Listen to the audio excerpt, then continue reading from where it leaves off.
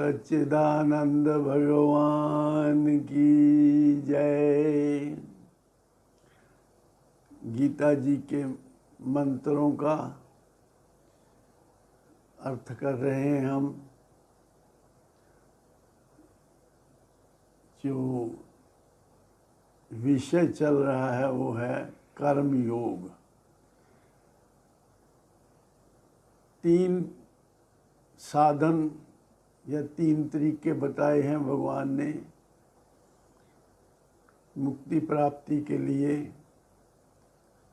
वैसे तो ज्ञान के बिना मुक्ति नहीं होती, लेकिन इन साधनों से भी ज्ञान की प्राप्ति अंत में होती है। भक्ति योग, कर्म योग और ज्ञान योग। यानी भक्ति के मार्ग से चलें या कर्म योग के मार्ग से चलें, अंत में हमें ऐसी बुद्धि की प्राप्ति होती है जिससे हम भगवान को ठीक प्रकार जान लेते हैं, या हमें यथार्थ बोध हो जाता है, या हम अपनी रियलिटी को, अपनी आत्मा को, अपनी रियल नेचर को, अपनी सेल्फ को अच्छी प्रकार जान लेते हैं। तो जब हम सेल्फ को जान लेते हैं, अपनी रियल नेचर को ठीक ठीक जान लेते हैं, तो हमें पता चल जाता है कि हम तो मुक्त ही हैं। हमारा कभी जन्म नहीं हुआ, हमारी कभी मृत्यु नहीं होती। तो अंत में तो ज्ञान से ही, नहीं ज्ञानेन सदृशम, ज्ञान के सदृश कोई भी चीज नहीं है।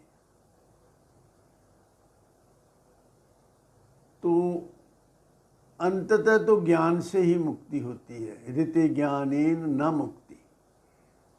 तो ये साधन हैं। हम चर्चा कर चुके हैं भक्ति योग की और ज्ञान योग की। कर्म योग के बारे में हमारी चर्चा चल रही है। कर्म योग का मतलब ये कि कर्मों को इस कदर किया जाए, इस तरीके से किया जाए कि कर्म बंधन का कारण ना बनकर मुक्ति का हेतु बन जाए। कर्म करने पड़ते हैं। कर्म के बगैर तो हम क्षण मात्र भी समय कर्म के बगैर नहीं रह सकते। हम कर्म किए बिना नहीं रह सकते। न ही कश्चित क्षणमपि, क्षण बात मात्र भी, जातु तिष्ठत्य कर्मकृत।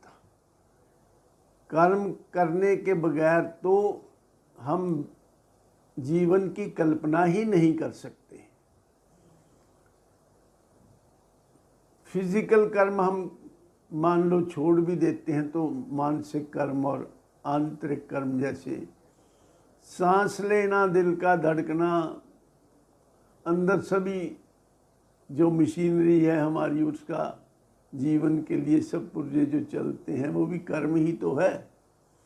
तो कर्म के बिना तो जीवन की कल्पना नहीं हो सकती। और भगवान गीता जी में कहीं भी कर्म छोड़ने के लिए आज्ञा नहीं दे रहे। वो तो यही कह रहे हैं कि अपना कर्तव्य कर्म कर, उठ युद्ध के लिए तैयार हो जा। जब अर्जुन ने पूछा कि कर्म संन्यास और कर्म योग यदि दोनों से ही कल्याण हो सकता है, तो हमें आप मुझे ये भयंकर कर्म में क्यों लगा रहे हैं? युद्ध जैसा भयंकर कर्म करने के लिए क्यों आप मुझे आज्ञा दे रहे हैं, क्यों प्रेरित कर रहे हैं? तो भगवान ने कहा कि कर्म संन्यास और कर्म योग, यानी कि ज्ञान पूर्वक कर्म करना और कर्तव्य कर्म, ये दोनों ही श्रेष्ठकर हैं। इनमें कर्म संन्यास की कहीं कोई गुंजाइश नहीं। कर्म संन्यास का मतलब ये नहीं कि कर्मों का टोटली बंद कर दिया जाए काम करने।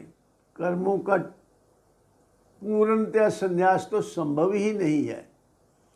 हम काम्य कर्म और निषिद्ध कर्म इनको छोड़ सकते हैं, लेकिन यज्ञार्थ कर्म और भगवत अर्पण बुद्धि से कर्म तो करने ही पड़ेंगे।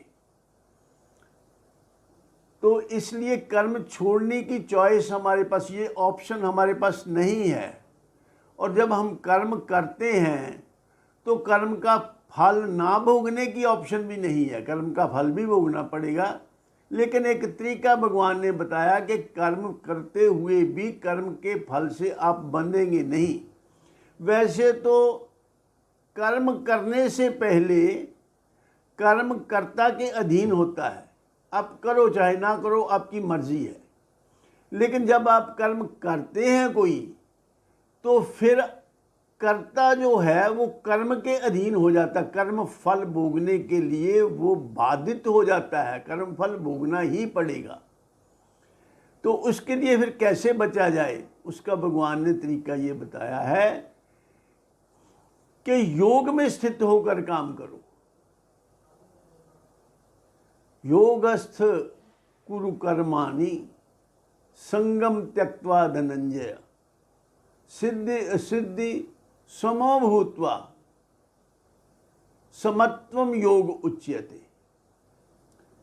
कि योग में यानी अपनी आत्मा से जुड़कर काम करो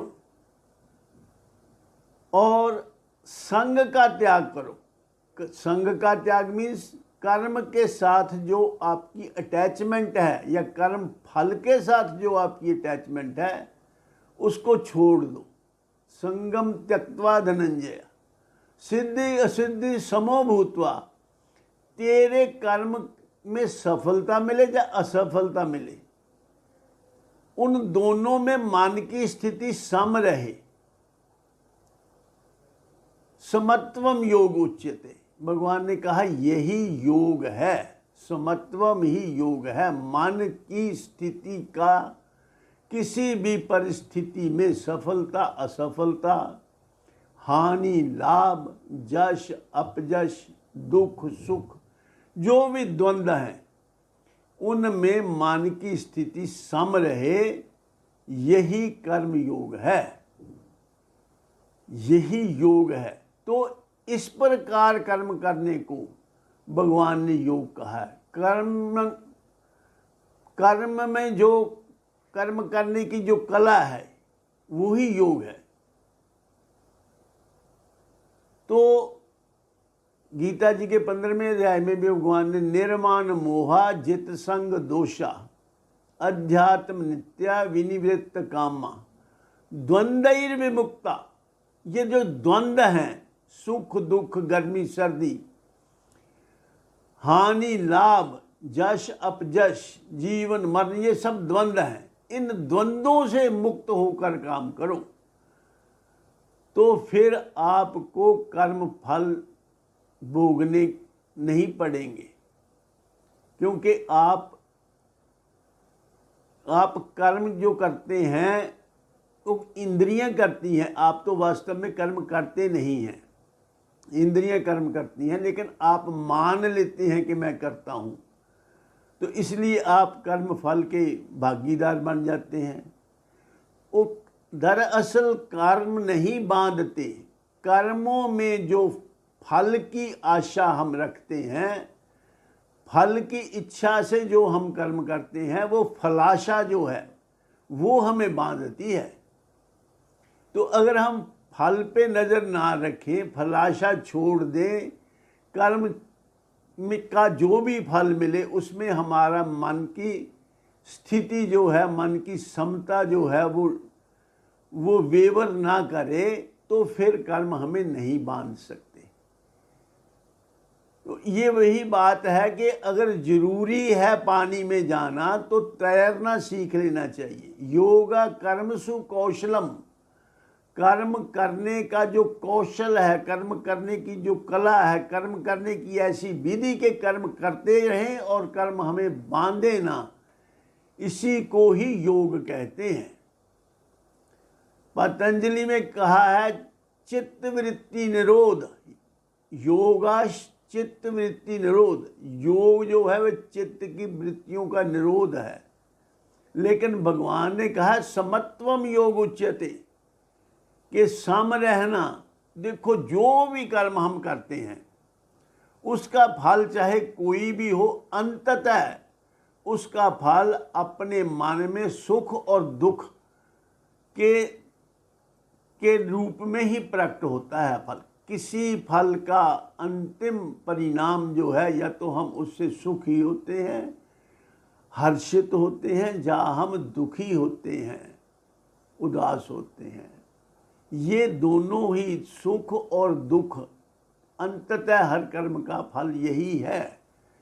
तो इन दोनों से अगर हम प्रभावित ना हों, हम किसी कर्म का कोई भी फल रहे, हमारे मन की स्थिति न दुख माने न सुख माने, मन की स्थिति सम रहे, तो फिर हमें कर्म बांध नहीं सकते।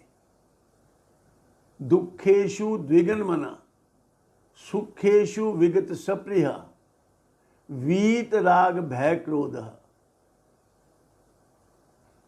वीत राग भय क्रोध, ये दोनों में क्रोध और राग और डर, वीत राग भय क्रोध स्थित धीर मुनि रुच्यते। जो मनुष्य इस प्रकार, जिसकी कर्म करने के बाद ऐसी स्थिति है कि दुखेषु द्विगुणमना सुखेषु विगत सप्रिय वीत राग भय क्रोध स्थित धीर मुनि रुच्यते, उसको स्थित प्रज्ञा कहते हैं। वो स्थित प्रज्ञा जो है वो कर्म के बंधन में नहीं आता। तो कर्म जो है, कर्म ना करने की ऑप्शन हमारे पास नहीं है। दूसरी ऑप्शन यही है कि कर्म इस प्रकार किए जाएं, कर्म करने की कला सीख ली जाए, यानी योग सीख लिया जाए। इसी को ही कर्म योग कहते हैं। योग ऐसा सीख लिया जाए कि हम द्वंद्वों से मुक्त हो जाएं, कर्म के सुख दुख में हम सम रहें, हमारे मन की स्थिति को कर्म का सुख दुख प्रभावित ना करें। तो फिर कर्म बंधन का कारण ना बनकर शांति का हेतु बन जाते हैं, मुक्ति का हेतु बन जाते हैं।